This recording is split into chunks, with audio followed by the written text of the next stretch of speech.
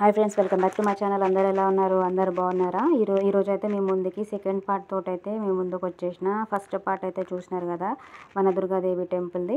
ఇప్పుడైతే second part అనమాట. ఎక్కడ ఎండ్ అయింది ఆ వీడియో అంటే కళ్ళు తీసుకున్నాం, అక్కడికి ఎండ్ అయిపోయింది కదా. కళ్ళు తీసుకున్న తర్వాత అయితే మనము సీదా అమ్మవారి గుడికి అయితే బయలుదేరినాం అనమాట. ఇప్పుడు చూస్తున్నారు కదా, ఈ రోడ్డు వచ్చేసి మనకు ఏడుపాయలది అనమాట. ఏడుపాయల దగ్గరికి అయితే వచ్చేసినాము.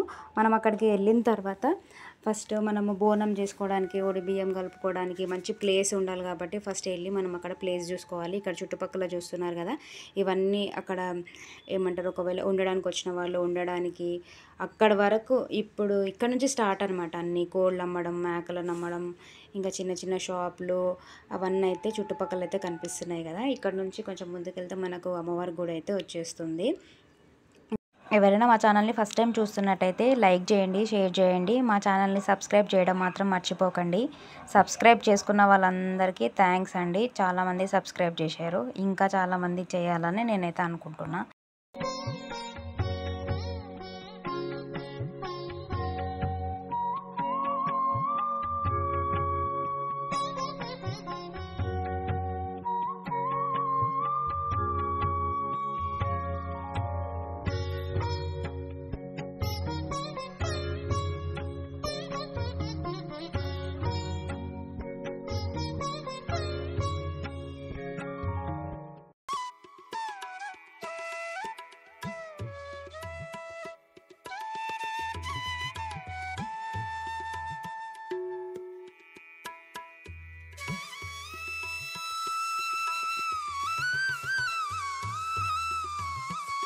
మేమైతే అక్కడ గుడి దగ్గరికి వెళ్ళిన తర్వాత ఒక పెద్ద చెట్టు కింద అయితే ఒక మంచి ప్లేస్ చూసుకొని అయితే అమ్మవారికి బోనం తయారు చేయడం, అట్లనే ఒడిబియ్యం కలుపుకోవడం అయితే చేస్తున్నాం అనమాట.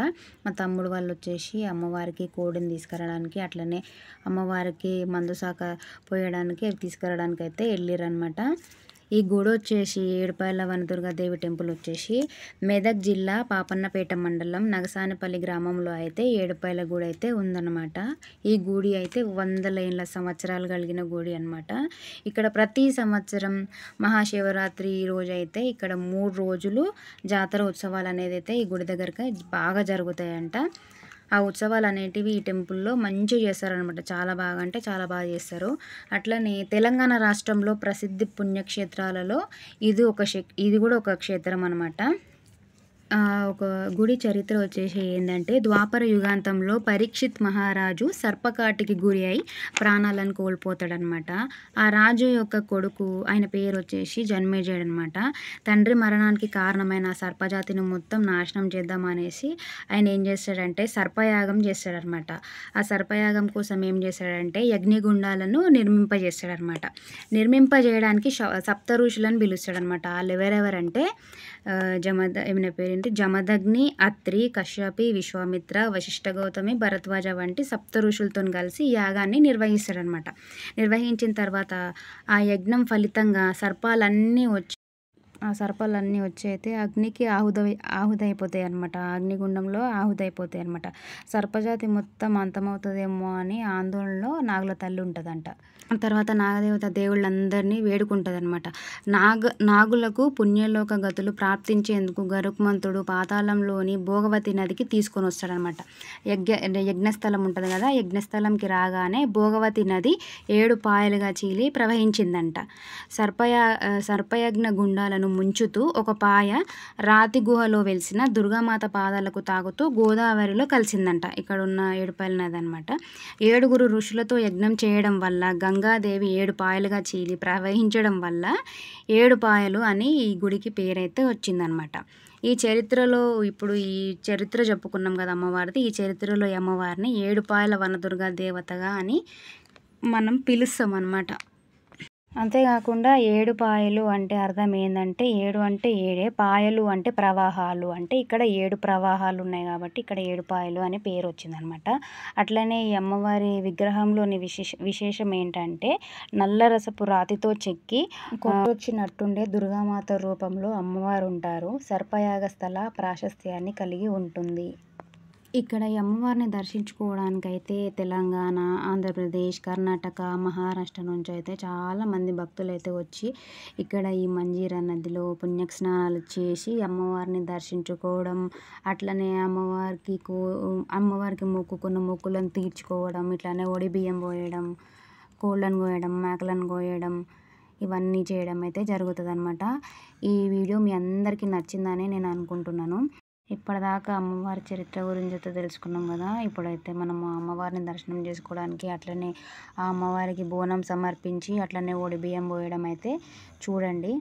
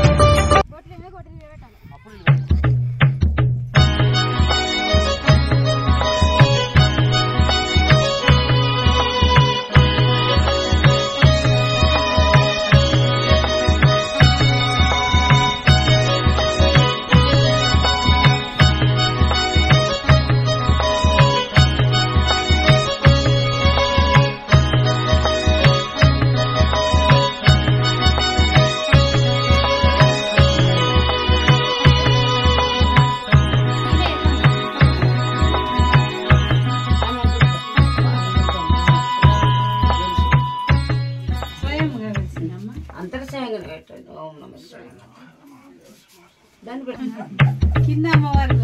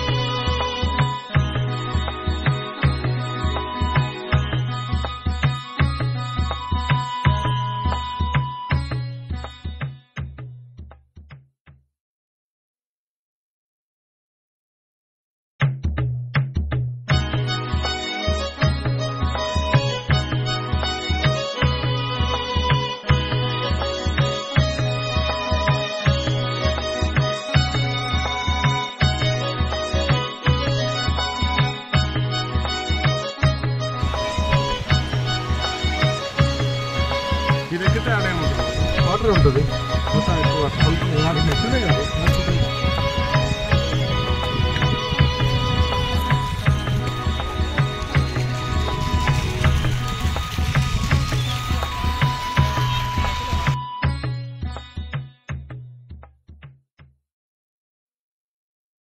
సో వీడియో అయితే మీ అందరికీ నచ్చిందని అనుకుంటున్నాను. నచ్చినట్లయితే ఒక లైక్ చేయండి, షేర్ చేయండి. మా ఛానల్ని ఎవరైతే ఫస్ట్ టైం చూస్తున్నారో సబ్స్క్రైబ్ చేయడం మాత్రం మర్చిపోకండి.